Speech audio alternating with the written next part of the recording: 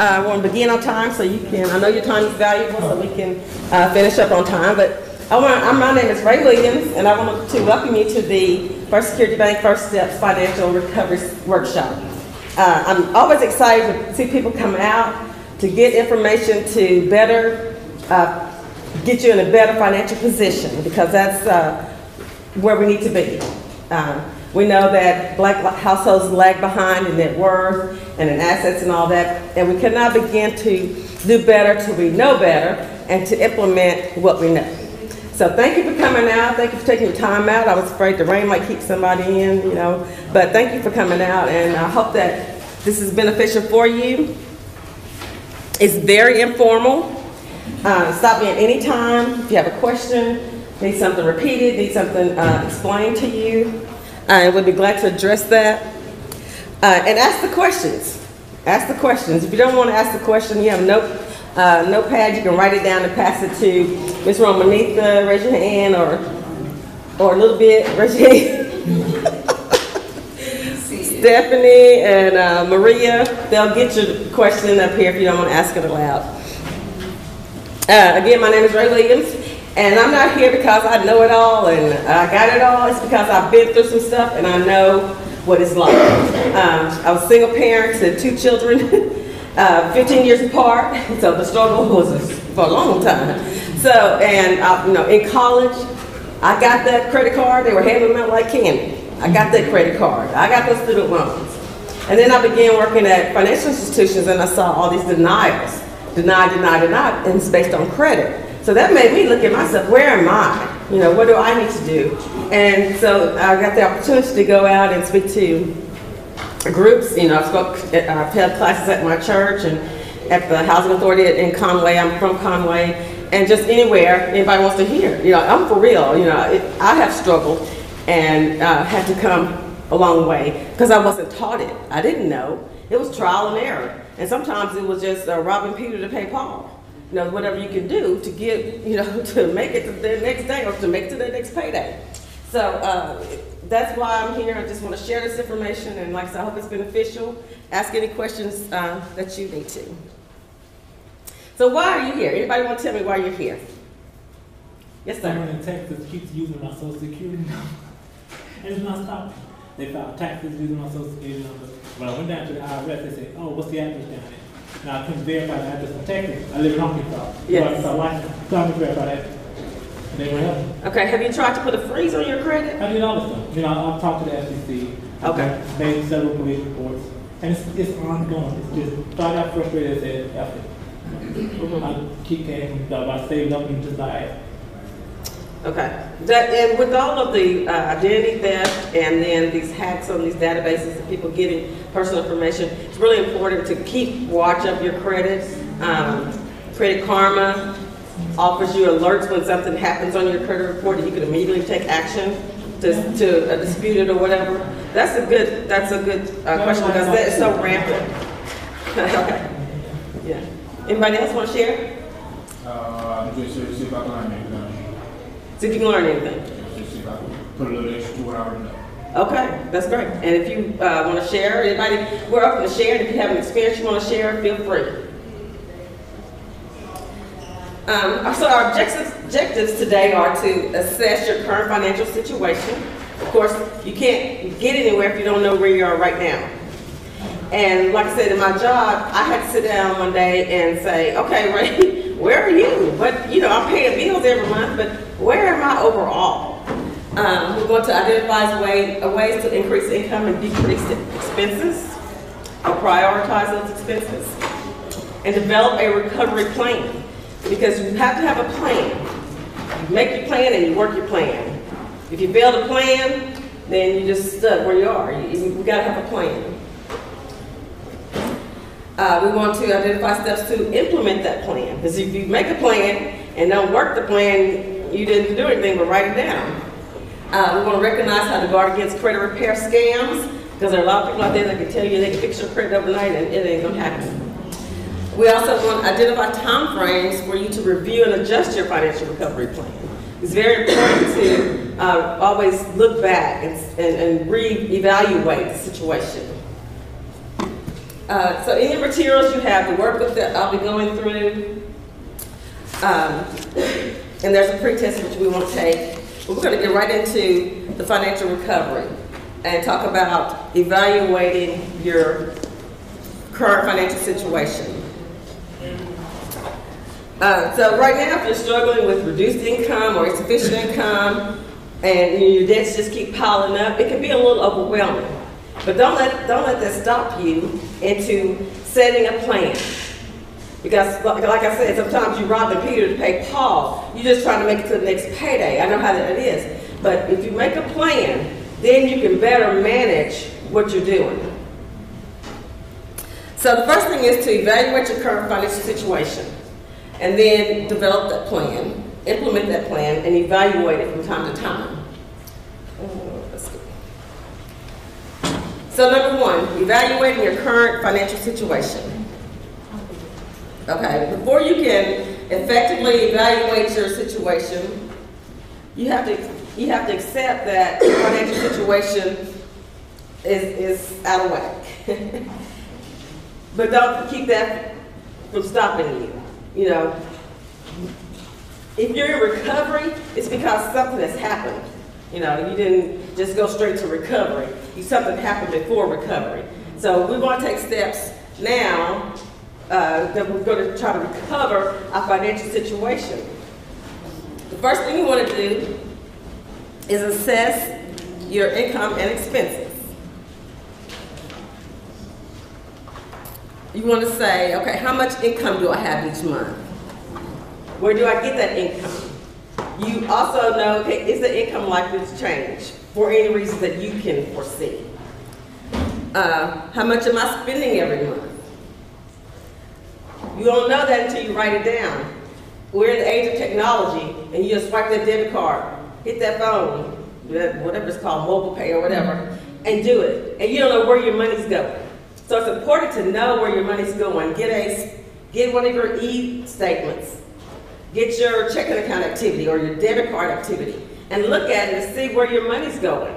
Because it will be a clear picture. I'm spending way too much money at Walmart. Or I'm going to Taco Bell way too many times. And that'll be clear to you, and then you know where you are. Another thing is you can do is use money management software. And those are all kind of apps for the tech-savvy people. Mine is on a piece of paper, on a stenograph notebooks. You know, every month I write it down. That's just me. I'm old-fashioned, I guess. But I'd rather write it down and know where I'm going. But there are different methods to do it, so you find the method that works for you. Because this is all about you and doing what works for you. So you find that and you work with that. How do you receive income? How do I currently prioritize the money that I spend? You know, what's your priority? Is the person that's calling the most times on the phone getting paid, or what? I mean, I've been there. You know, whoever called me first got what was left over. You know, that's the way it worked. Okay, so, and how much am I overspending each month? Again, that's by tracking your expenses. You don't know where that money's going. You can get your check, and like they said, don't break it 20. It's gone. You know, so, and you don't have, you're like, well, where did it go? Especially nowadays because everything is so expensive. So you break 100, it's gone too. So it's really important that you know where you're spending your money. You can ask for your receipts and save those if you want to. Again, a lot of times if you pay with your phone, it's in there. It's in that activity, it's there. You just need to look at it and chart it. And sometimes when we start to evaluate our situation, we may find that we need help. And it's never, don't get too proud to ask for help to get you out of the situation, because that's what it's there for. Your tax dollars or whatever. When I was in college, I needed help. And I went to the food stamp office. And one time, I got $71 in food stamps. And then I didn't get any more. But I was too proud to go back down there. You know, because they treat you wrong anyway. I'm sorry if y'all work for the state, but anyway. When I went into the office in Conway, I just picked it that one, 29 years ago, they treated me terrible, and I didn't like being treated that way. And so I never went back. So there were times when my son always ate maybe I didn't, but he did. I made sure he ate. But that was crazy because we both could have ate if I had went back down there and got my food stamps. So, but that's the thing, when you need help and help is available, get that help. There are places where you can get help with utilities, especially in the summer and winter, that there may be local organizations that help with utility bills. There are food banks and all that. So don't be too proud to go get those services.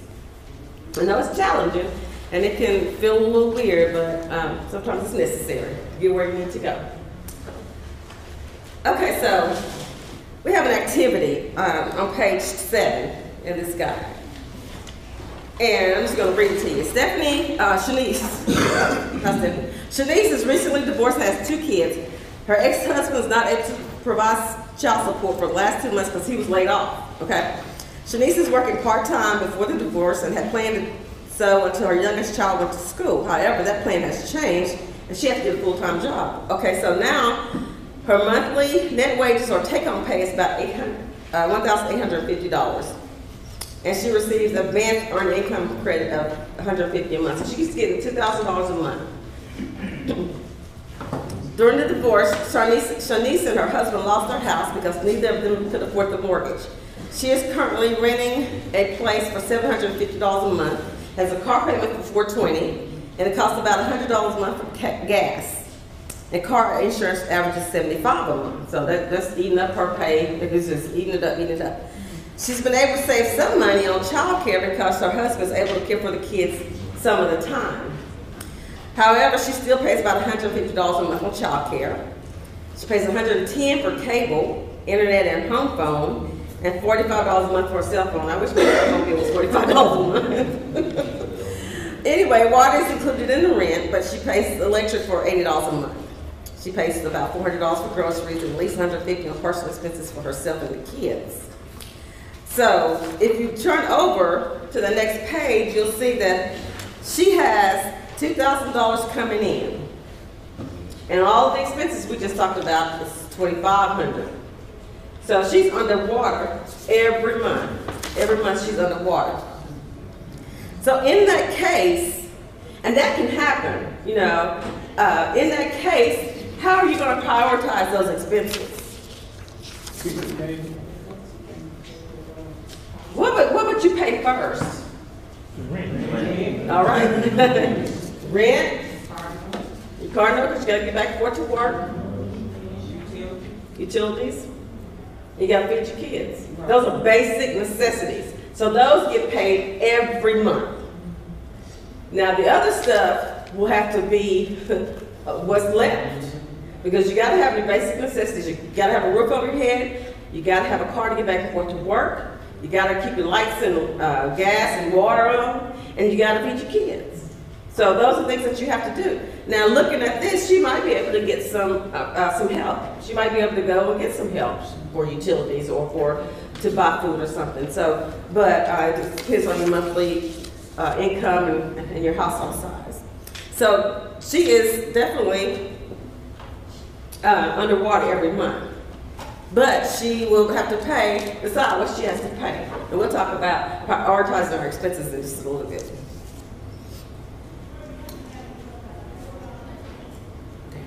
Okay. So it looks like Shanice needs to increase her income. And there are different ways to do that. You can get a second job, you know, part-time job. On the side, you can maybe sell some stuff. I've sold stuff on, it's an Conway online yard sale.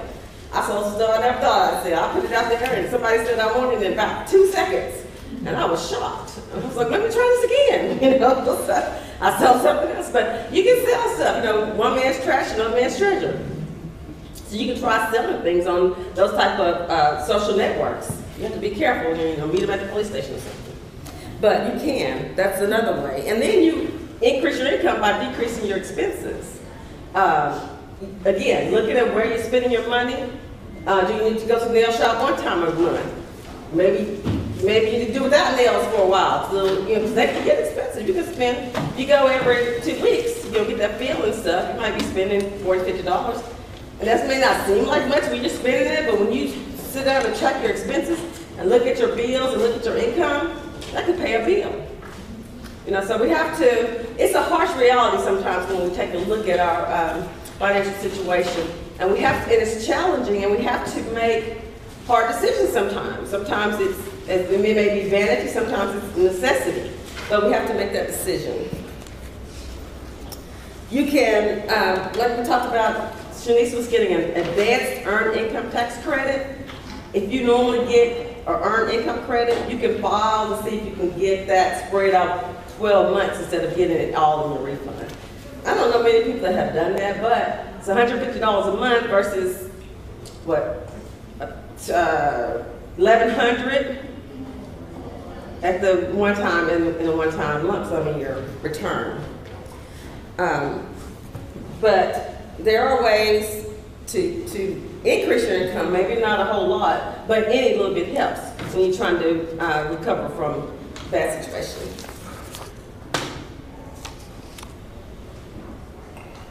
You can start small sometimes on decreasing your expenses. Maybe cut back on, turn that thermostat down a little bit, a couple degrees. You know, make sure your refrigerator is on like the normal setting, because the colder the setting, the harder it runs. And the major appliances are the biggest part of our electricity bills. You know, so look at it, make sure it's on normal and not got your food down in when it's in the refrigerator section, it's freezing because the temperature's so cold. Turn it back to normal. You know, put a sweater on, knock that thermostat down a little bit.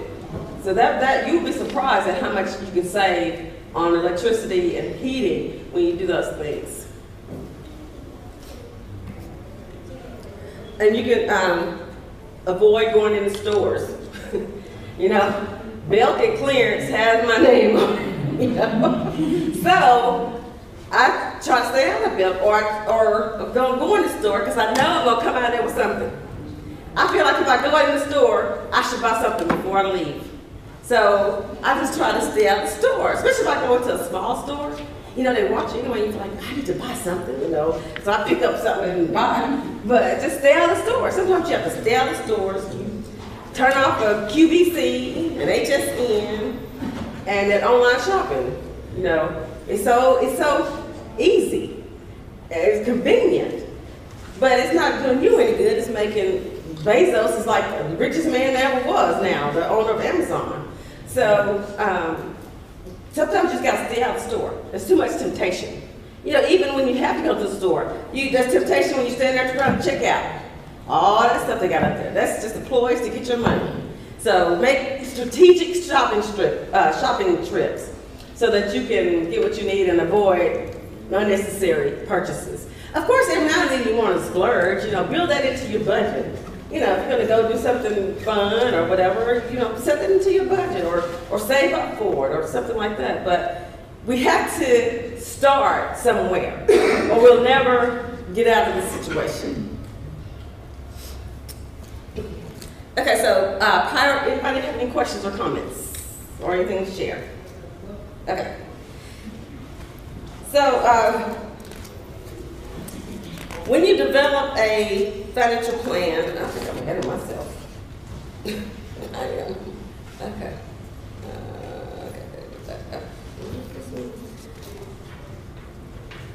Okay. Now, okay, we're going to prioritize our expenses, and we talked about this. Pay your basic necessities first. Roof over your head, utilities, food, car. Those are necessities that you have to have, so make sure that those are taken care of. And then you pay your high priority expenses next. So what might be a high priority expense? It may be different for everybody, but... Eating out.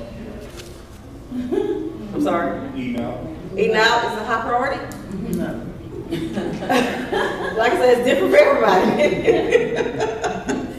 So you would put that in there next, right before your insurance. So a high priority would be like life insurance, health insurance, car insurance, because those things can save you money when you don't have them. So it's good to pay those next. And when you set your plan and start working your plan, your credit score gets better, you can get better rates on insurance. You can get better rates on homeowners insurance, you can get better rates on auto insurance as your credit score improves. So having bad credit is costly. It costs you in so many different ways. When you go to buy something, you're going to pay very high interest rates, and you're going to pay more for that product than you would if you had good credit. So it's really imperative that we get our financial situations in order so that we're not making other people rich. We're paying, you know, what's necessary, and we can get where we need to go. Okay. And then you pay your remaining expenses last. Once you've taken care of your home and you've taken care of those high priorities, then what's left, you pay it out. Now, if you can't pay somebody, always call before you start getting late notices. Once you write your budget out or your monthly expenses out, and you see, well, I'm going to be short this month, I'm not going to be able to pay so and so. Call them then and let them know, because they will work for you, work with you. You can say, well, I'm having a financial hardship this month. And they'll say they'd rather work with you than spend money and time calling you and trying to collect on anything.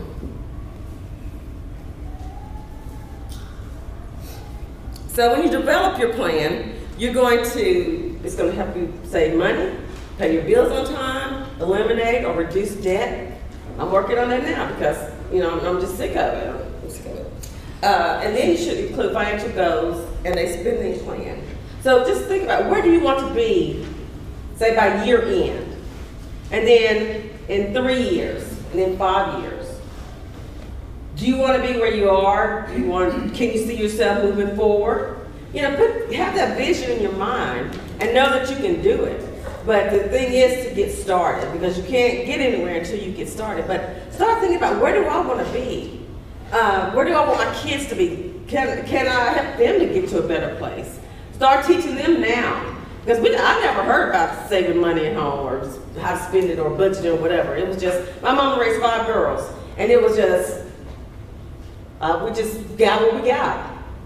And that was it. I don't know how she did it at times. Especially I look back now, you know, and I'm like, I don't know how you did it. But she worked a lot. She worked full-time jobs, sometimes 2 full-time jobs. But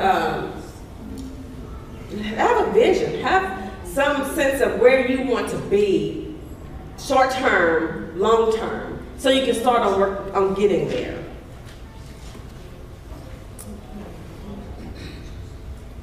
The first thing you want to do is set your financial goals. You want to identify and write them down.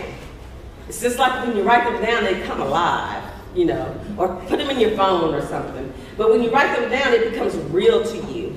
And make sure they're not something that's, you know, you can accomplish, because you want to set goals that you can meet that are attainable.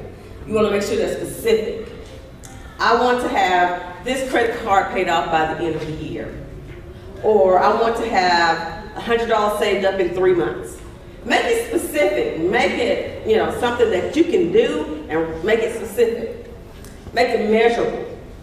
You know, give it a time frame. Make it attainable, something you know you can do.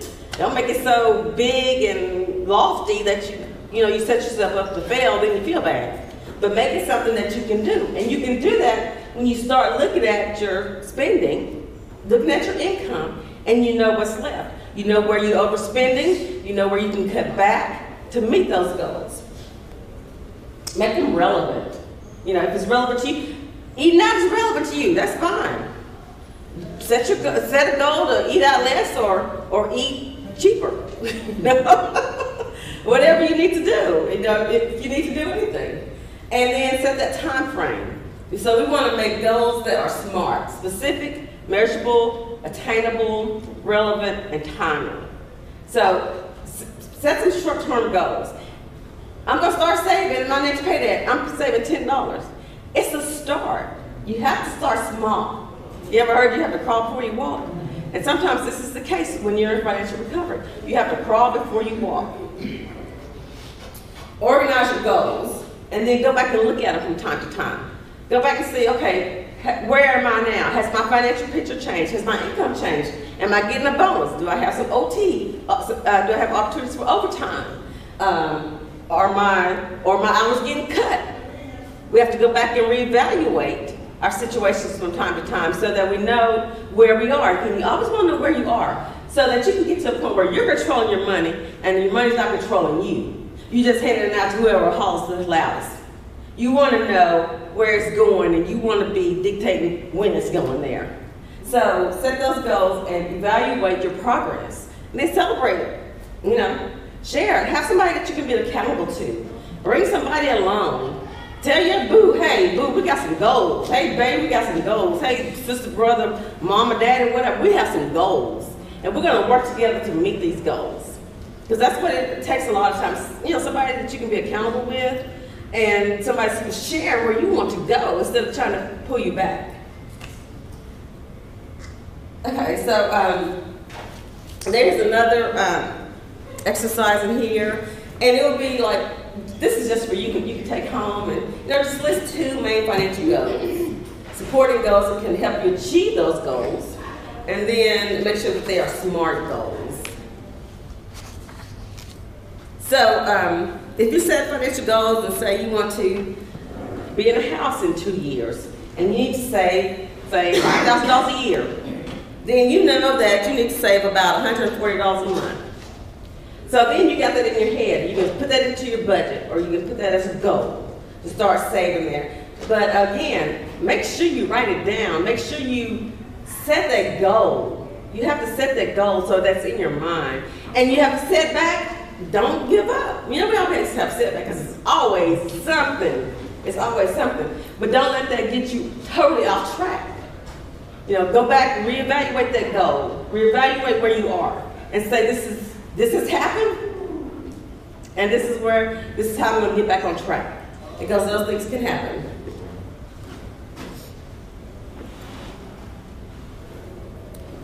So at least semi-annually, you want to go back and check your goals. But if you have a change in your financial situation, you want to go back and look at it then. So now we set our goals. And we're now going to develop a spending plan. Because again, with these debit cards and these mobile pays and all that, we don't know where our money's going. It's just gone. Just got up and left, and we have nothing to show for it. So we want a spending plan. Does anybody have a spending plan right now that you want to share? No, that I want to share. Oh, well, we got a spending plan. That's a good start. Thank you. Yeah. So that's good. You always want a spending plan. Again, there are many tools available online, on your phone. Of course, good old pencil and paper.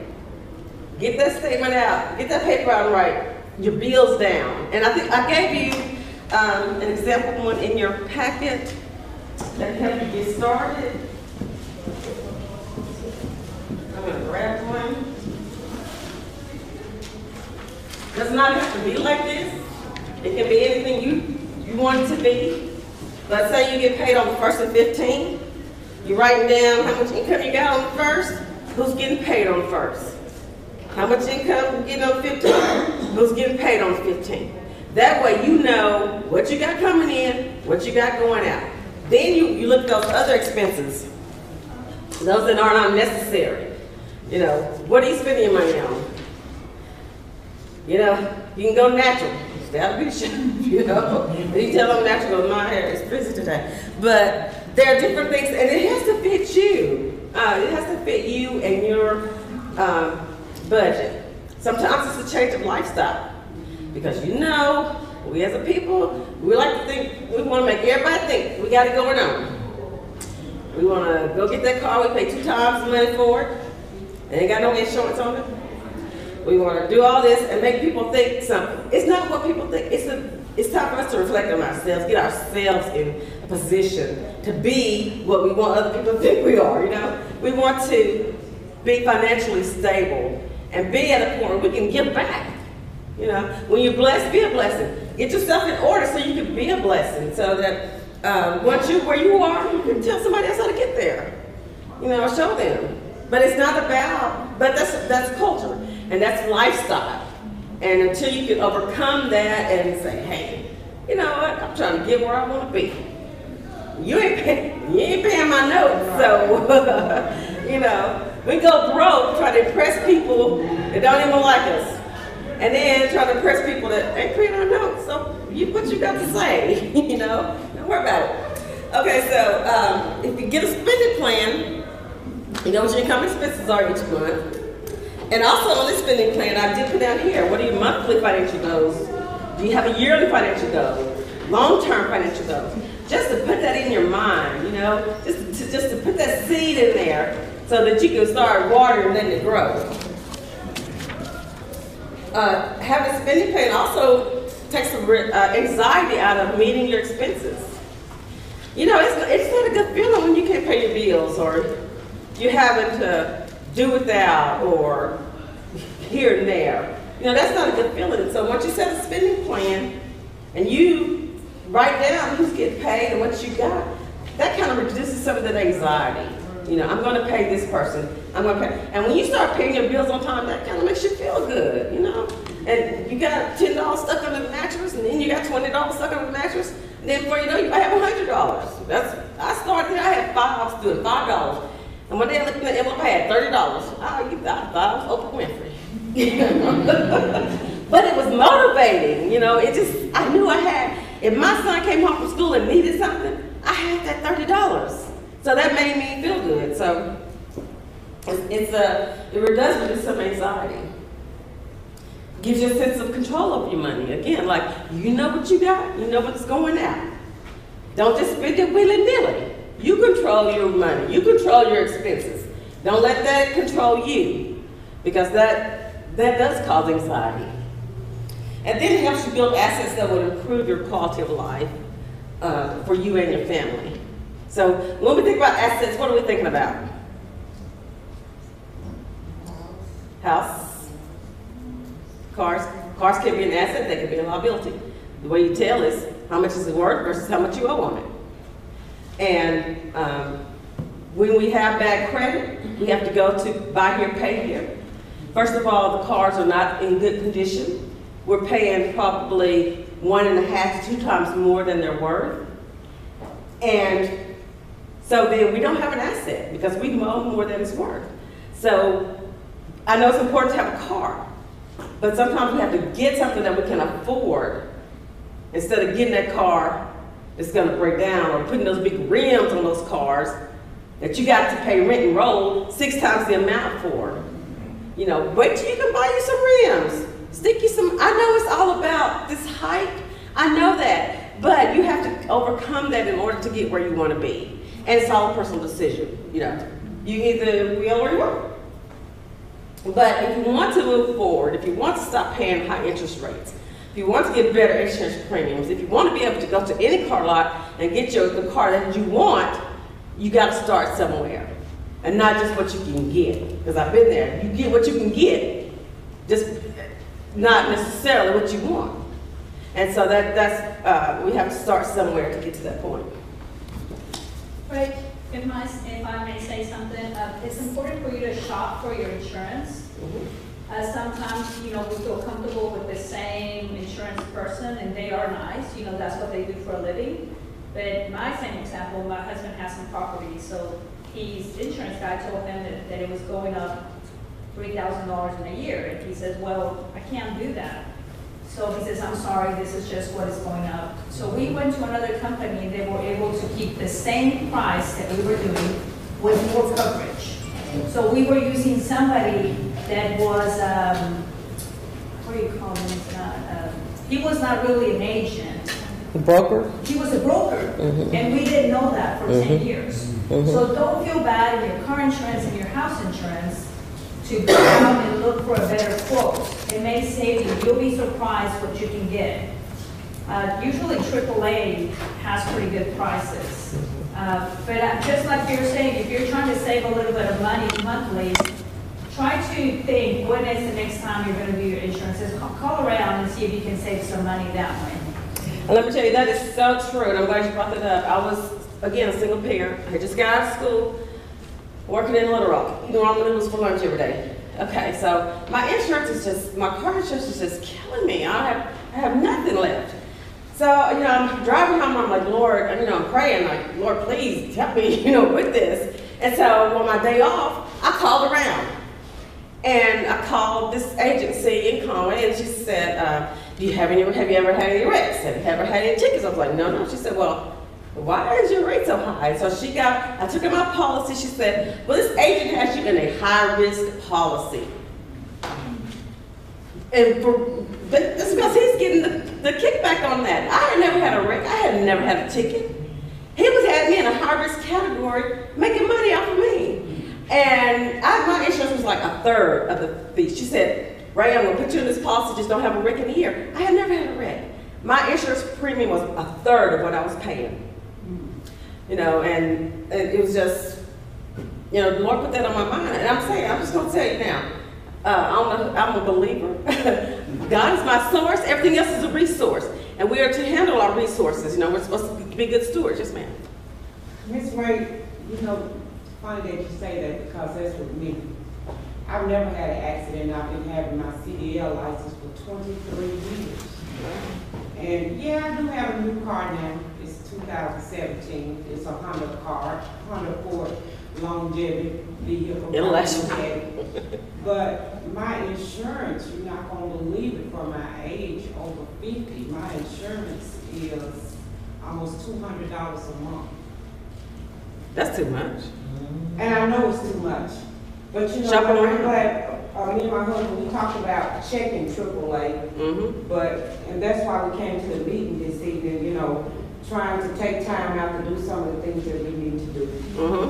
Because, you know, I'm your age. I'm 50, I'm in my 50s. And I'm starting to think about retiring. Me too. And I'm starting to think, okay, now my goals have changed now. You know, my daughter's out of school. And now my goals have changed. I can start thinking about retiring. And so I'm starting to look at my picture again, you know, reevaluate where I am and where I want to be. You know, I don't want to retire and have to work, you know, for a long time. You know, I don't want to have to work. I'm 80 years old, 75 years old. I don't want to, but if I want to be able to, if I want to, but I don't want to have to, you know. So, you know, it's never too early to start about retirement. If y'all have 401ks on your job, young people, contribute. Because after so long, your employer will match it. That's free money. And I don't miss it. You won't miss it. Now. And it's $100 a pay period, and I don't really miss it. You won't miss it because you won't ever see it. The other thing I was gonna suggest, I did it not this January, but the January before, is I looked at my house, you know, I had a phone that nobody ever called but Martha, so I canceled the phone. Well, then I had the internet and the dish. Well, we all want to have all the channels. For what? You only see 2 channels. At least at my house, you only see 2 channels. So I called DirecTV and I said, I only need to have these 2. Okay, well, it's going to cost this much. And I said, well, what about the internet? So they were able to give me, for the same price I was paying just for DirecTV, I have DirecTV and internet, and I was able to cancel my cable. It is going to take a minute. You're going to have to call. And once you call your cable company and tell them you're going to quit, they will slash you for that price. Yeah. So, you know, you don't think, but it was like $200 or $300 savings a month because they start drafting and you don't think about it. I mean, I don't really even watch TV. My husband's the one, but we don't really watch it. So there's other ways you can save money, but it's going to take you a minute. Look at your bills, see where you are, and maybe turning your air conditioner when you're leaving to 60. Why is it going to be at 80 for 8 hours that you're not going to be there? So you'll be able to tell if you make a little change and just give some of your time to your bills. You'll be able to tell a difference, and with your home and car insurance too. Yeah, you'd be amazed about that thermostat and the refrigerator. Those are major appliances, and they run hard, and they crank that meter. So if you can drop that temperature down a couple of degrees, put on a sweater, give them just some jumping jacks every now and then, you will be surprised at the results that you get in your bill. It will make a difference. And then, you know, keep records, keep good records. Again, and know where your money's going. Okay, so we've talked about financial recovery and develop a spending plan. So now we can implement that plan, because that plan means nothing until you implement it. And that's what we want you to do. That's when you take action. And like I said, you gotta start somewhere. No matter how overwhelming it might be, no matter how bleak the picture might look, you have to start. And you won't get anywhere until you start. And so that's what we want you to do. So after you've evaluated your financial situation, after you have established your goals, and after you have developed a plan, then we want to implement that plan. I know, don't talk. Like again, if you're in a bad situation, don't be too proud to get that assistance. You know, I look back and I was foolish. You know, I didn't starve, I was hungry some, but I didn't have to. And, and when I was in college, Rallies came to Conway. My son could get a hamburger for $1. So he had a lot of Rallies double cheeseburgers, what they were. And he laughs about that now, but you know, he didn't starve. So there are some things, sometimes you can get help regardless of income level. It's temporary. Excuse me. There are resources in your packet. Benefits.gov, social services, making home affordable. And I think there's a number in Little Rock, is it 311? That tells you, lists all of the services available. There's a lot of stuff available in Little Rock if you need any kind of assistance. So you want to implement that plan so you can start rebuilding your credit. And that's major. So, and don't fall for these scams from people to say, oh, we can clear this up overnight, we can make this go away. Oh, you don't have to pay your creditors. I was like, you gotta pay your creditors, okay? You got a bill, you gotta pay it. So you can order your own credit report. You can look at it and make sure it's correct and doesn't have any errors, which we gave you a checklist in your packet. You can contact your creditors and say, hey, I've had financial hardship. I'm at a point now where I want to start paying you back. And, call them. Negotiate payments. They are going to have a monthly payment set, but if you can't afford that, your credit's just going to keep getting worse. Say, I can't pay $20 a month, but I can pay you $10. And send them $10.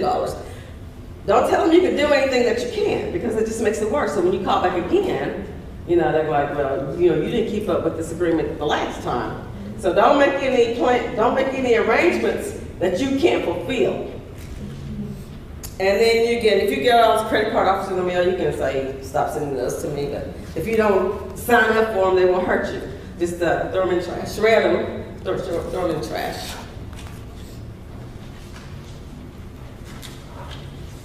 So you can get a copy of your credit report every year at www.annualcreditreport.com. You can get it from all 3 of the credit bureaus, Equifax, Experian, and TransUnion. Some people will report to one agency and not another for some reason. But you can get a copy from all 3 agencies at the same time or throughout the year. But you can get one free one every year from annualcreditreport.com. And don't buy your score, because it's no good. Every industry uses a different model in calculating that score. So what you buy is no good to anybody, because the credit card industries use a different score. Banks are more conservative, they're going to use a different score. We've had people come in and the score they bring in is like 70 points different from the score that we're going to get. And ours is lower because it's a more conservative model. So don't buy a score, it doesn't mean anything. If you sign up for Credit Karma or some other notification place, you can see a score, but it really won't matter. But you can get your credit report,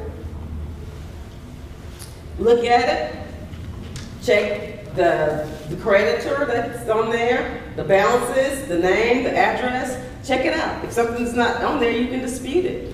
And in your packet there's a sample letter that you can use to dispute something that's on your credit report. And they have 30 days, they have to investigate that in 30 days or remove it from your credit report. Normally they're going to send you a letter straight back and say, oh, it's yours. If it's not, write them again. Because if it's not yours, it needs to come off of there. So make sure you do that. What's the website again? www.annualcreditreport.com. That is on page 17. Appreciate it. Mm-hmm. I have a question. Yes. When you did a dispute letter, do you have to write each credit bureau? No, you can send it to one, and they should send it to the other 3. Mm-hmm. And it'll show as disputed on your credit report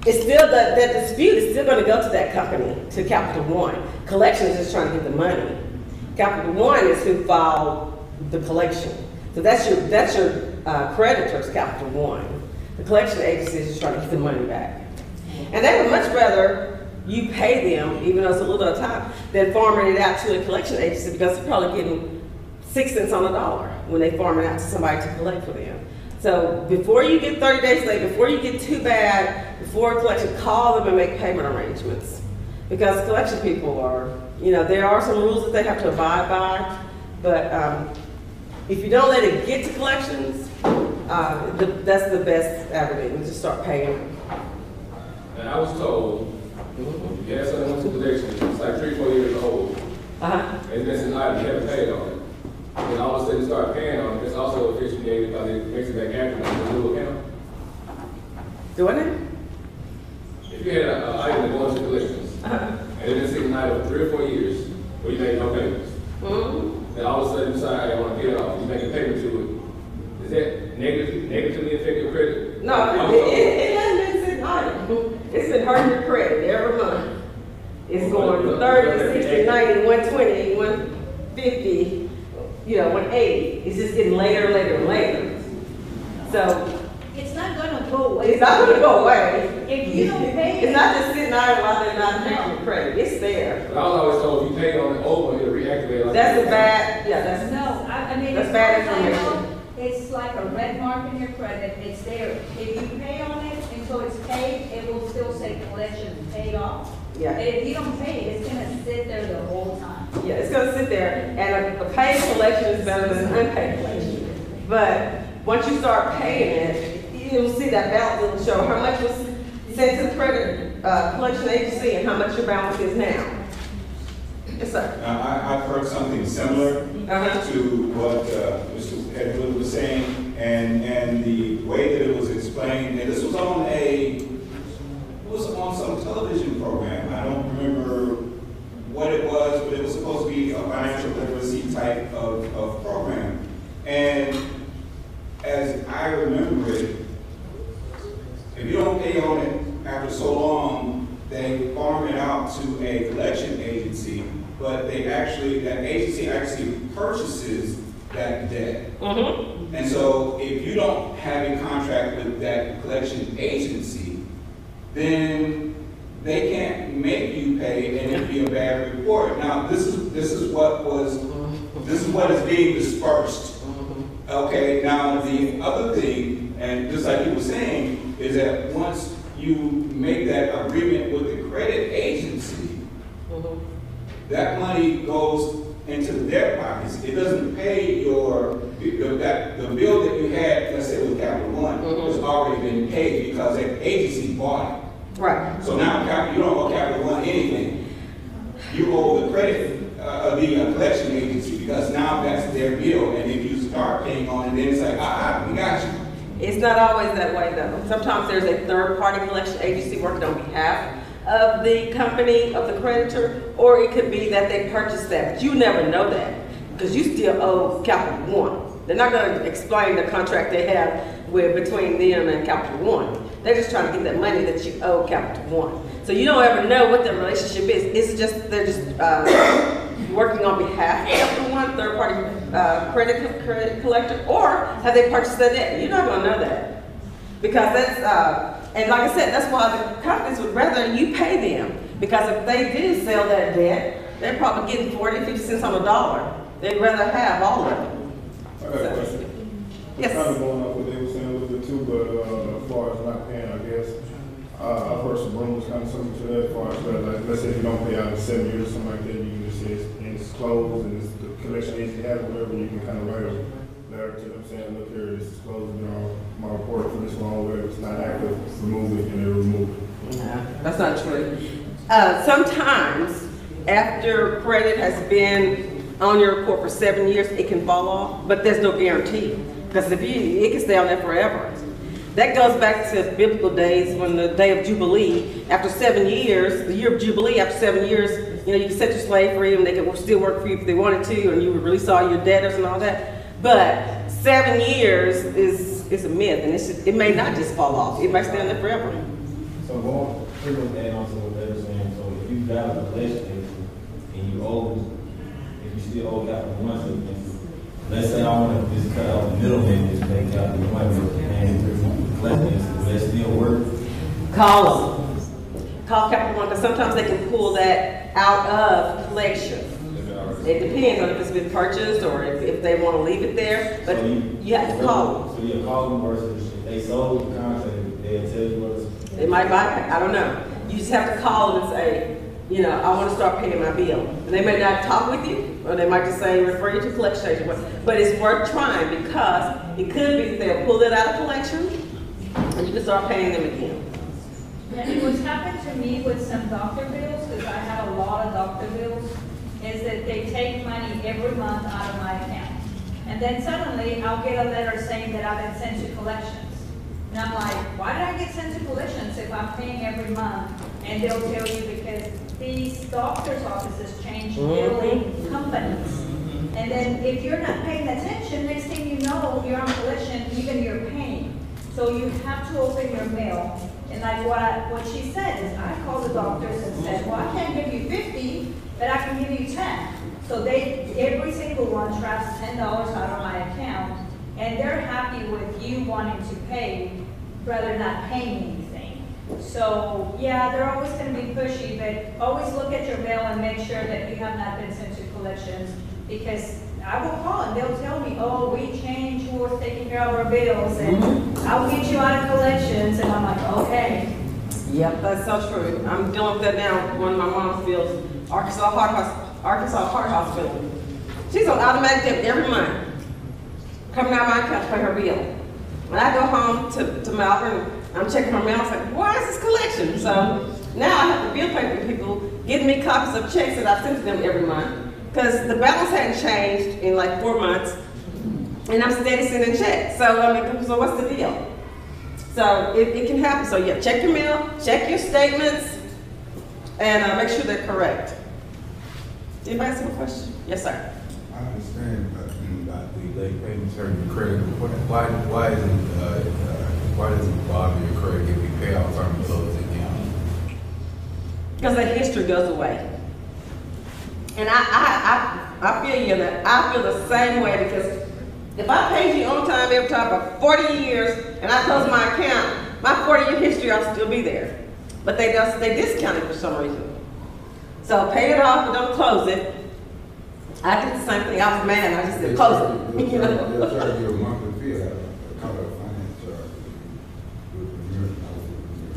If you don't have a balance, you don't have a finance charge. I'll call somebody that's like, I need to get a lower rate. When they said, man, you're not up for a lower rate down there, I said, well, just close the card. I was just mad, so I just closed my card. Of course, my credit score went down a little bit, but it does that. It will do that. Any other questions?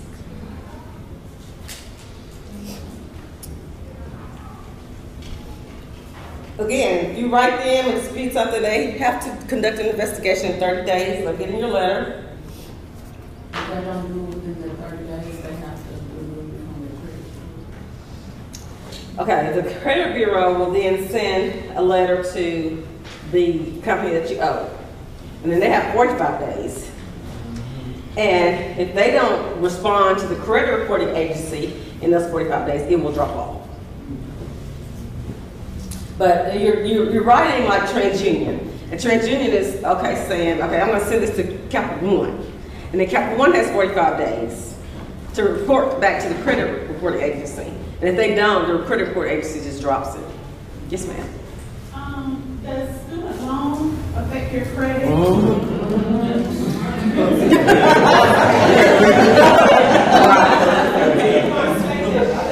know quite a few people that just don't pay those or have been deferred, and then I pay mine faithful, and I'm like, how did I get out? Well, if they're deferred, they have filed a deferment. Either a hardship deferment, saying, okay, I'm having financial hardship right now, can I delay my payments for 12 months or whatever? And they let you, but the interest is piling up. It's being capitalized. And what that means is they're adding that interest to your principal. So where you owed $1,000, say you owe $10,000, and you got a 1-year deferment.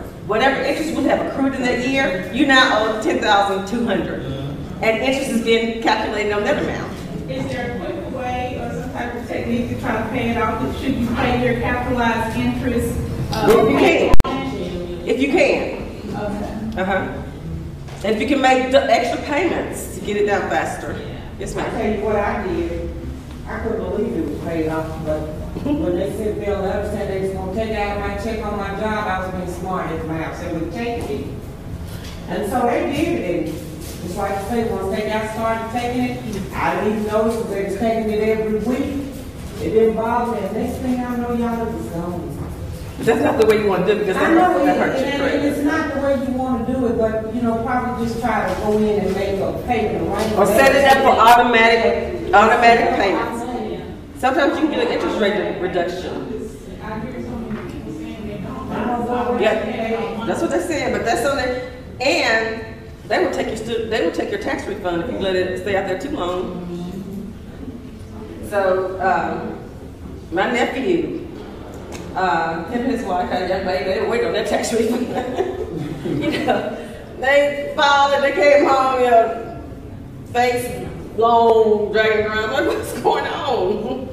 So, if you have a student loan, before you file your taxes, call them. Call them and set up some payments. So they won't take your tax return, because they will. You know, and make it something that you can actually do, so you can keep your word. Make it actually, if you can pay 20, pay 20. If you can't pay 20, pay 10. But tell them what you're going to pay, and then do that. You might have to explain your situation and tell them, you know, what the financial hardship is. You know, financial hardship, I just don't make enough money to meet my bills. That's hard enough, you know. And then have a plan so you can realistically pay them. When you talk to somebody, get a name, get a time of day, write it down. Don't go crazy on the phone. You owe them, they don't owe you. Okay, ask about a financial hardship program. You know, just be honest. And that kind of hurts our pride sometimes. Sometimes we want to stick our head in the sand and act like it's not fair. And all the while it's killing our credit, which is costing us more on other things. But accept that, hey, I got to get out of this. And this is how I'm going to do it. And I'm going to start. You can use a credit counseling agency, but be very careful. Sometimes they'll set a budget for you. They will even debit your account for some of the payments that you have to make monthly. But be careful, you know, what agency it is. It needs to be accredited, needs to be a member of the Better Business Bureau. Check them out. What I do, they say they go with Better Business Bureau. And but they can take more out of my account. They were supposed to? They were taking more than they should have? Yes. Absolutely. They kept calling me. Huh. I wonder if they were charging you anything. Yeah, he said it was just a one-time fee of $110. And then month to month it would be $99. But they were taking more than $99. Yeah, when they make you pay fees right up front, that's a good indication that it's not a reputable place. They may be a member of the Better Business Bureau, but you can check out complaints against them to see if there have been any. And if you have bad experience, I would make a complaint. And they can also call your creditors on your behalf sometimes and do that, so they can be good help.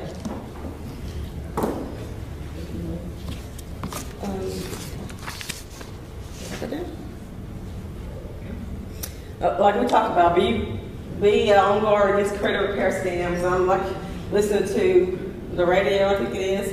This man says, you don't really have to pay them. You know, when somebody says, like negotiate a smaller payment than you actually owe, that's a negative on your credit report. It'll say, balance, settle for less than full balance. That means you didn't pay them everything you owed, and that's a negative. You know, they might take it, but that's not a positive for you.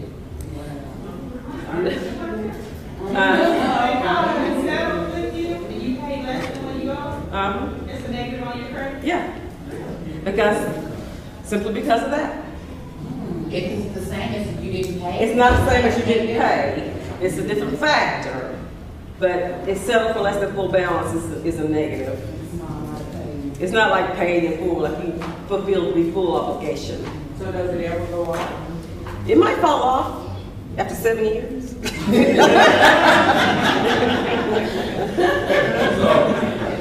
the election, I guess they see that letter. Say you pay right now, it'll be half. That's the negative. That's a negative, yeah. And it says on that credit report, settle for less than full balance. So anybody gets your credit, and they're gonna get, there's a code that corresponds with that affects your credit. Not as bad as never paying and didn't pay, but you have all the negative history that's still there, and then you settle for less than full balance. So it's not something that's gonna take care of that bill. It's just don't worry about it, don't settle it off. no, pay your bill. You're supposed to pay your bills. So if you pay the full, will it be removed in 7 years or whatever? Like If you pay the full, it'll start to show that you have a good history. Like you start to pay every month instead of, it'll show that good history is going to catch up. Now it's going to take time because it just doesn't happen overnight. You know, you're 30, 60, 90, 2 years late. You got to start making payments on time, every time, for that good credit. Just kick whole it. thing off, like you owe them whatever, and you go pay the whole thing off. With how long will it take for them to get off? You know what? If you have the money and can, I would put some of that in savings and pay them monthly so you can start building a positive history. Because that's what a credit report score is. It's based on history. So if you just pay them off, you just left all that negative history. Yeah, you paid them good, but you left all that negative history. So you want to build a positive history. So set that money aside, have that account debited every month for that payment, and start building good history. That's what improves your score. Paying those bills, and then building a good history. Sometimes, okay. What does a bankruptcy do for your credit? I'm thinking that bankruptcy is something that happens it's on your record for so long and then it falls off. But what does that do for your credit? It is a negative. There are different types of bankruptcy. And one bankruptcy, you pay pennies on a dollar. One bankruptcy, nobody gets nothing. You know, Chapter 7, I think, nobody gets nothing. Chapter 13, you set up repayment plans. So it depends on, it could be a medical bankruptcy. So it depends on type of bankruptcy, but it is a negative on your credit, and it'll stay there. You can stay there for 7, 13 years. And you know, and it'll also show if you fulfill that plan. If you weren't a plan, a repayment plan, and you didn't stay in it, and you have been discharged, I mean, they kicked you out of bankruptcy because you weren't meeting the plan agreement. That's a negative. But if it's dismissed, that means you met the agreement on bankruptcy court set up, and you finished the plan. Okay. So are all credit repair quote companies, are all of them? They're not, but I would check them out. Credit Council of Arkansas, I don't know where they are now. They used to have local offices everywhere. They were a nonprofit, and they were good about calling creditors and setting budgets. I don't know if they're still in existence in Little Rock. Credit counseling, Consumer Credit Counseling of Arkansas. So when you use those credit repair people, what does that do? They're taking money. I've been told that if the credit company, the credit repair organization has an ORG, then they're nonprofit, and that's an indication that they're good to go. And if it's a .com, it's a for-profit, and so you gotta check it out. I wouldn't go for that all the time just to establish whether they're credible or not. I would check them out, Google them, call them and ask for some references. Check with the Better Business Bureau where they're founded. It may be a different state or whatever, but check them out. Because these credit repair, there's a lot of credit repair scams. And they make it sound so good. And they have these people on TV sounding like, oh, this is the best thing since that ever happened to me. I ain't paid nobody. My credit is good. Well, that's not true. You know, they can't do that for you. I'm sorry. I use electric law. They took it out, but they restored my credit. And I went and bought a truck and landed. and they went to my credit over 20 times, and they would knock the credit score back down. That's because if you go to someone within the same industry, and they farm that application out to Ally, to Capital One Finance, and to Bank of America, trying to see who, they do that to get them the best rate. Who's gonna buy that loan at the best rate? Okay, so if you do that, and in 30 days, it's gonna count as one inquiry. So it's not gonna hit you every time. So yeah, when you go to the car lot, they're gonna send it to. Yeah, it went 20 times and they knocked it back down. Now I'm in the process of getting it back up. Because see, I set myself a budget. I have a budget. And then I live off a budget. And I'm like 2 more years before my retirement. And right now I'm working with First Security right now. In the process of getting me a home. But my problem is I gotta get my credit card Pay it down. If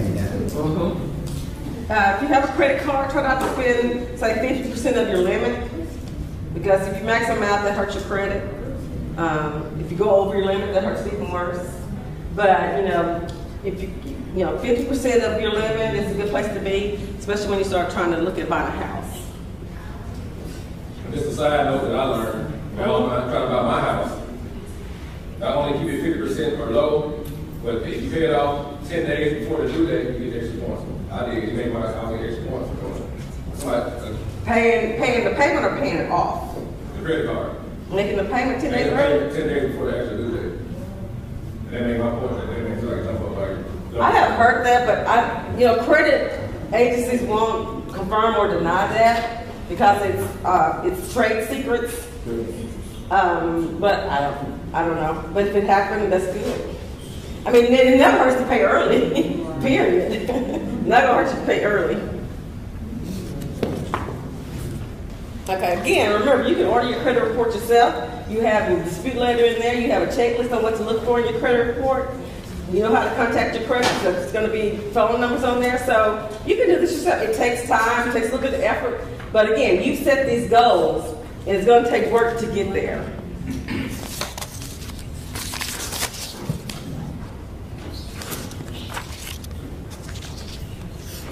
Just remember, nobody can remove information that's accurate. They cannot create a new identity for you so that you no longer are under that credit report name and number. That's all false information, so don't fall for it. If they ask for money up front, run, because they're not legitimate. I had a man come into my office and was ready to fight me because his wife called some credit repair company and charged it to their credit card.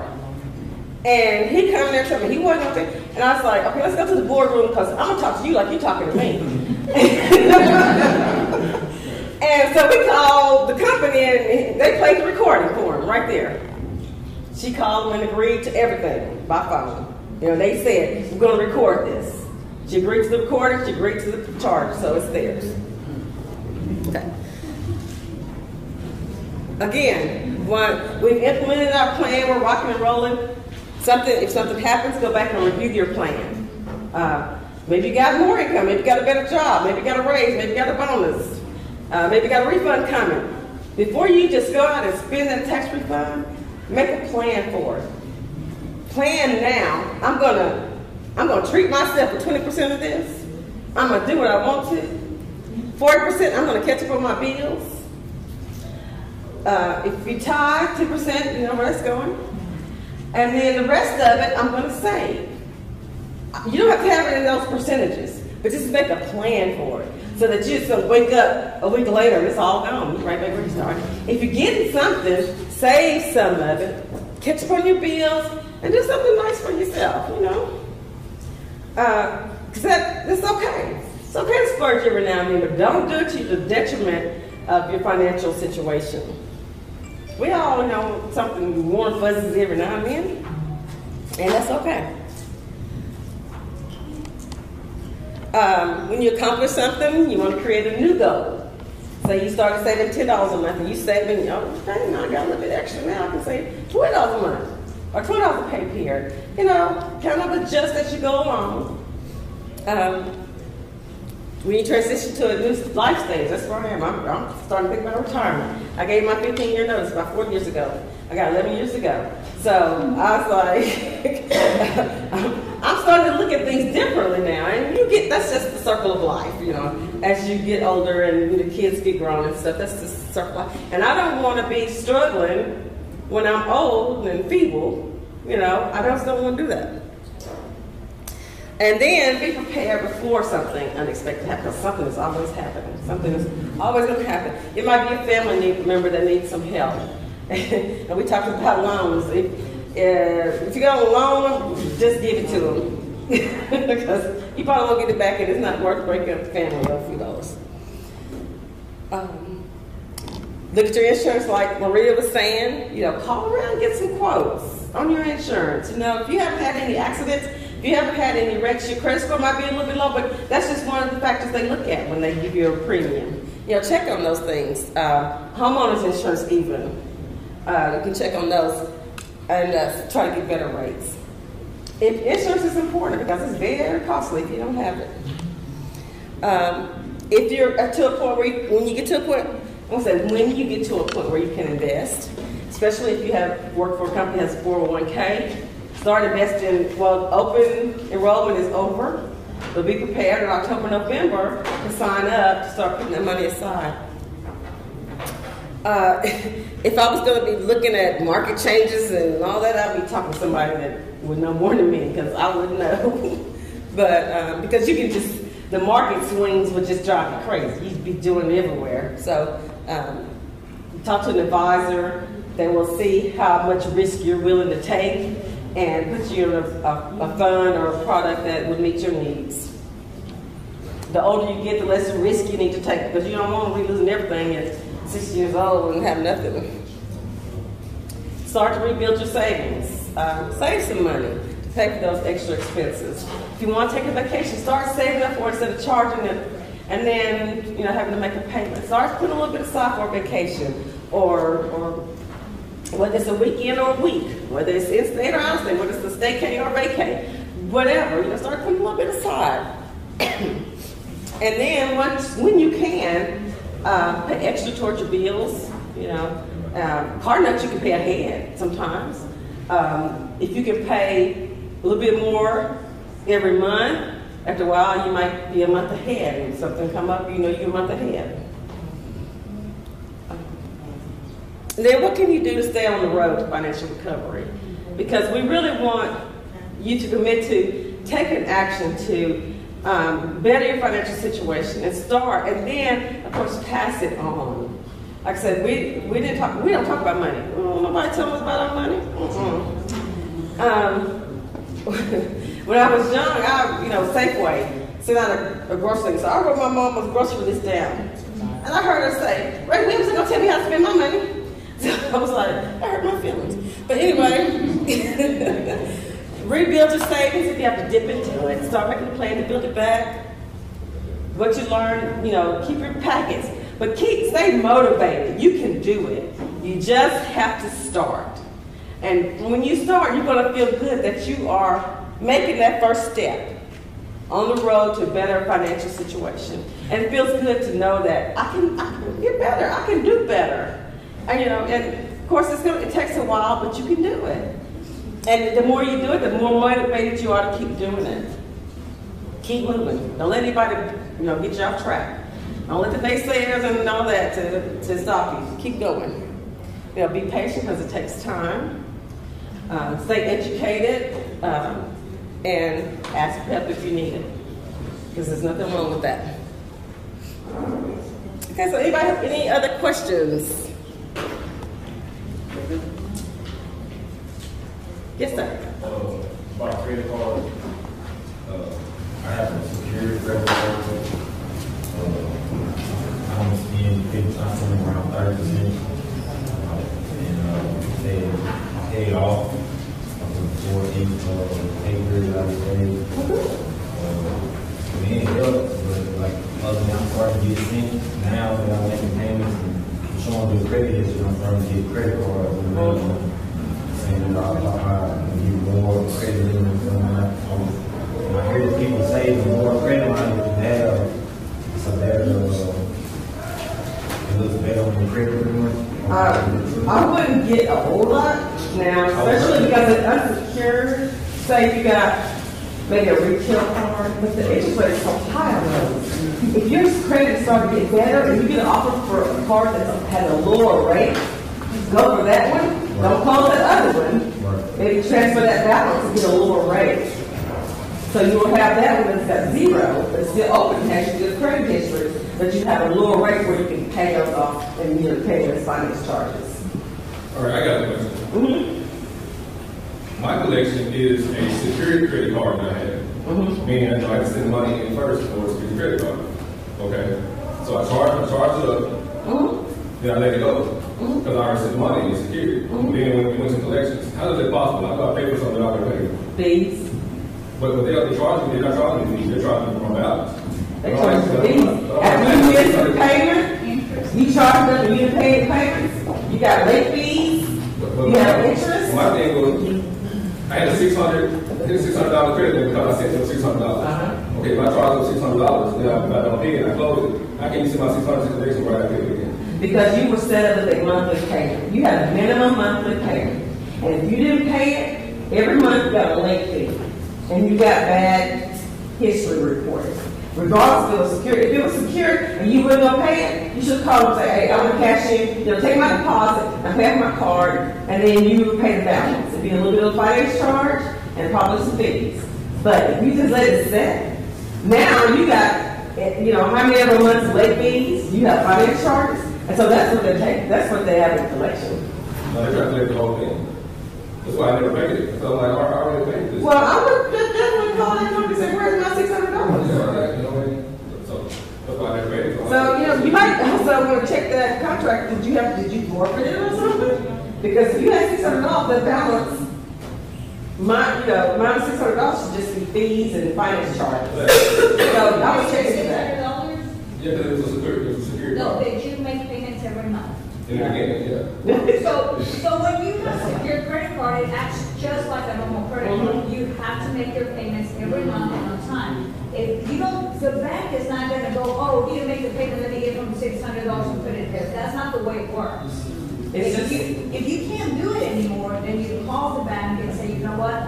Let me just get my money, pay this card, and they're gonna close your card. The bank is not gonna eat into that $600. That's not the way it I guess works. my question is, what happens to that money?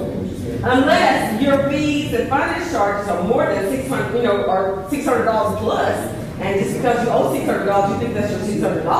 That $600 is late fees and charges, and finance charges, and other fees. So I would check with them. I would check with them and see what happens. I would definitely check with them. I have a question about security credit cards also.